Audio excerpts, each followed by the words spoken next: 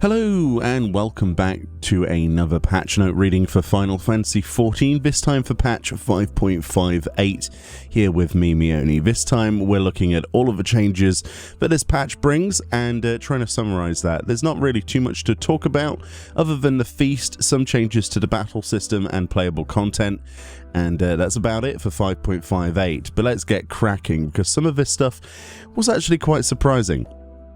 First of all, the EXP gained by Trust NPCs has been increased. This is something I expected to happen towards the end of an expansion. The Trust system then in Shadowbringers has allowed you to go in solo basically with a group of NPCs to a lot of the Shadowbringers dungeons, in fact all of the MSQ dungeons, and there hasn't been any other dungeons in the actual expansion, has there? Unlike a lot of previous expansions, we haven't had any dungeons related to outside of the MSQ. So yeah, pretty much the entirety of Shadowbringers can be used with Trust NPCs, and I think they're going to be doing this for the foreseeable future, as they've already mentioned with Endwalker as Estinian being one of our new NPCs. So it's nice to see that the experience gain has been increased, so you too can work on getting your glamour unlocked for your NPCs, which is what you get for basically unlocking all of them at max level. And yeah, it was quite fun when I did that earlier in the year. For the battle system then, it says the Cloud Deck Extreme has been moved from the Raid Finder to the Duty Finder. So that's where that will be found now for Diamond Weapon. And you'll also notice that the drop rate for the Diamond Weber Trumpet in Diamond Weapon Extreme has been increased. That's good. Moreover, players can now obtain this item in exchange for totems. This marks the final dragon that you can get for totems rather than having to rely on drop rate completely. And you can exchange that in Mordona at Sintana, the NPC, for 99 diamond totems if your RNG is particularly bad. They also have unlocked the restriction on receiving Blades of Lost Antiquity from Eden's Promise Eternity for the week, so the weekly lockout's gone for that. The strength of the Echo granted in Eden's Promise Savage has also been increased.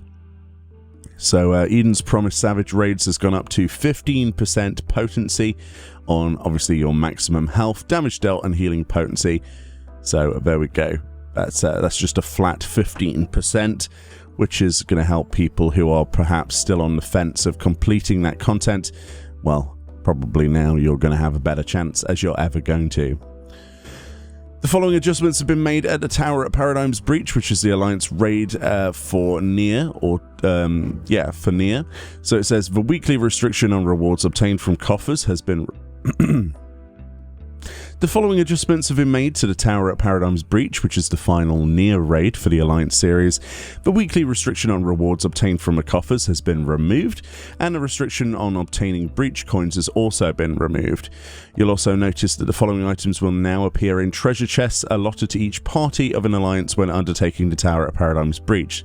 So this is no longer just an Alliance roll, this will be in every chest for your actual group to roll on. That includes the stuffed android units housing item, the modern aesthetics hairstyles for battle ready bobs, and obviously the scanning for style, which is 9S and 2B's hairstyles, the smaller stubby minion for 9S automaton minion, and the 2B card, the Sound of the End Orchestrion, Morning Orchestrion, Emile Despair Orchestrion, Kinase Theme Orchestrion roll, and the Sound of the End 8-bit Orchestrion roll. So plenty of stuff there. If you're still collecting all of that, you'll be pleased to know that you can get it from your own chest. And there's no weekly lockout, so that's pretty good. As a result of that, obviously, it means that you'll be able to get as many coins as you want. You can just keep running it back to back, so you can actually upgrade your armor. And if you still need to do that, or if you want to do that for your ults, you're not going to have to wait a week. Talking about Bosgia, the amount of metal rewarded from skirmishes and critical engagements in Bosgia Southern Front and Zadnor has been increased between resistance ranks 1 and 14. They're trying to bridge the gap and make it easier for people to get ranks. I personally think that the ranks are the easiest part, but apparently some people do find it tricky, and it's nice to see that they're still getting nerfs to that. Speaking of nerfs to the whole resistance weapon series as well, there actually are some changes to the critical engagement, the Battle of Castrum Lacus Latore, which is the large-scale assault in Bosnia. It says, when fighting the 4th Legion Helldiver, damage dealt by consecutive hits of the attack infrared blast has been reduced. The maximum health of the NPC ally tunnel armor has been increased as well, so that the armor thing will actually last a bit longer, so you can be a bit sloppier on DPS on the gate. Means that you'll lose less likely and actually be able to push through. And the mechanic requiring 6 players to step on switches to open the gate no longer requires players to remain on said switches. This means that you would be able to do it with a group of less than 6 players. The scaling will allow for that, and you're not going to be penalized for not being able to fill a group of 6 players or more. You can just walk on the switches and then walk off them. That is a big change, and it's going to future-proof the content, I would imagine, especially with the scaling they already have in place, which means you'll probably be able to, like, 2 to 4 man this entire content, which is quite surprising. During the critical engagement on Serpent's Wings in Zadnor, they say the cast time of the enemy action used in the final phase has been increased from 60 to 90 seconds. This allows for more movement, again, a nerf across the board.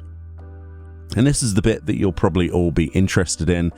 There's a nerf to the resistance weapons themselves. So Loathsome stage of the Loathsome Memory of the Dying stage, which you'd normally have to do, Crystal Tower raids or critical engagements in Bosnia. Well, the drop rate from critical engagements in the Bosnian Southern Front has been increased.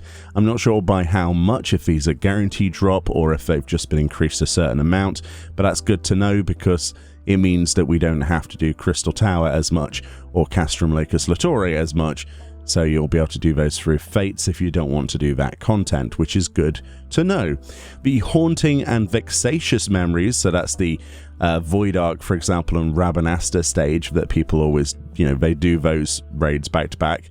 The drop rate when completing designated fates has been increased, so you're still limited to 1 per fate. But the number received when completing Alliance raids has actually been increased from 1 to 3. So if you do the Alliance raids, you actually get 3 per drop. So for your 18 Hauntings and 18 Vexatious, that's a lot less runs than you had to do previously, or you could just do the Fates in those open world areas. In Doma areas, or of course, for one of the types of memory, and also in Offard, right, in Girabania. Also, it says the item required to enhance weapons purchased with Allegan Tomestones of Revelation, the Crypt Esther, can be now purchased from Fafard in Ulmar. This is something that happens every single time there's an expansion, and the expansion is pretty much at the end of its tether when you get this added in a patch. This will basically mean you can exchange manufactured coins, puppet coins, and breach coins, one from each of the Alliance raids themselves upon completion. And since the weekly lockout's gone on those, you can just farm them to your heart's content. And then you go to Fafard and you can get yourself the weapon Crypt Esther, so there's no excuse for not having a good weapon. If you don't want to go the route of the best in slot weapon through the Resistance weapon series, for the 535 you can get the one from, of course, the Tomestones, if you would rather. PvP actions have changed. I'm really not that interested in looking through these. I will just simply link the patch notes in the description. This is in lieu of, obviously, the start of Season 20, but I'm really not that interested. PvP doesn't really tickle my fancy, but it's mostly just potency changes, as you can see. So Season 20 of the Feast will begin. They still don't tell us what the rewards are. Hopefully it's not Cruise Chaser, which is one of the rumoured things. I'm fingers crossed that it isn't that. And yeah, Season 20 of the Feast will begin, so good luck to people who are taking part in that. System changes then, this is a big one. In an effort to ease server congestion, which you're probably already aware that's happened recently, players who are inactive for more than 30 minutes will be logged out automatically. Usually, such efforts are only really reserved for stuff like expansions, where there's a huge insurgence of new people playing the game because of it's the latest and greatest. But as you've probably realized recently, even in a lull of content, the game has hit surprisingly high numbers, record numbers in fact, for the most concurrent users in its lifetime. So it's good to see. Personally, I think it's great, but it does mean that we're going to have some restrictions in place. So if you're AFK for more than 30 minutes in the game, you will be logged out. For the following issues being addressed, apparently Raktika Greatwood had certain NPCs not behaving as intended. Naughty Vieira, naughty Vieira. An issue in the Save the Queen field notes wherein the image of Gunhilda was not displayed correctly. Save the Queen cutscenes where the graphics for Gunhilda were not displayed properly. In the Epic of Alexander Ultimate, under certain conditions, target selection would be removed from the boss. That's a PS5 version bug. There was also an issue with the Paladin weapons, so Blades Fortitude, Replicas Blades Fortitude, and the matte version of the shields were displayed incorrectly. There was an issue wherein a message to warn players with a full inventory before challenging a triple triad NPC was not being displayed, so that's been fixed. There was an issue where players were unable to log in after using the home world transfer service.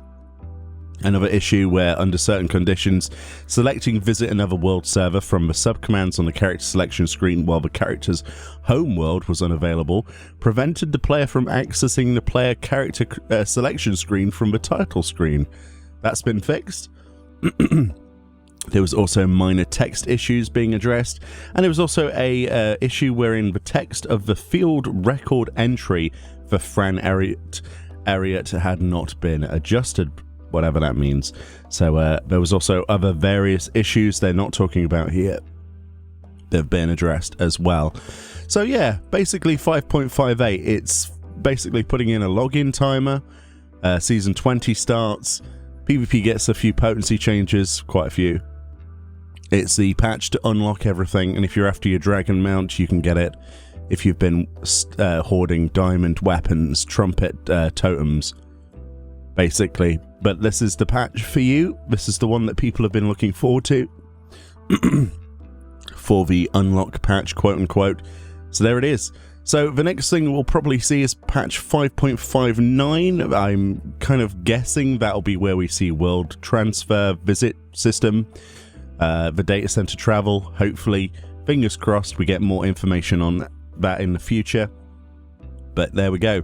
Thank you so much for watching. Patch notes will be listed in the description of the video for you to look at your leisure, and I'll see you all next time.